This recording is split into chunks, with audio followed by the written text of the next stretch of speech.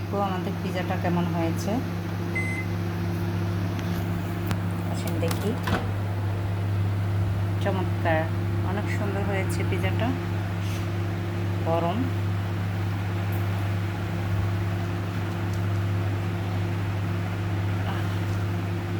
তো গরমটা কীভাবে নিয়ে আসি। দেখুন পিজাটা অনেক সুন্দর হয়েছে, সুন্দরভাবে কুক হয়ে গেছে। তো আমি পিজাটা আরও কিছুক্ষণ পর বের করব। এখানে থাক, এখানে রাখা যাবে না।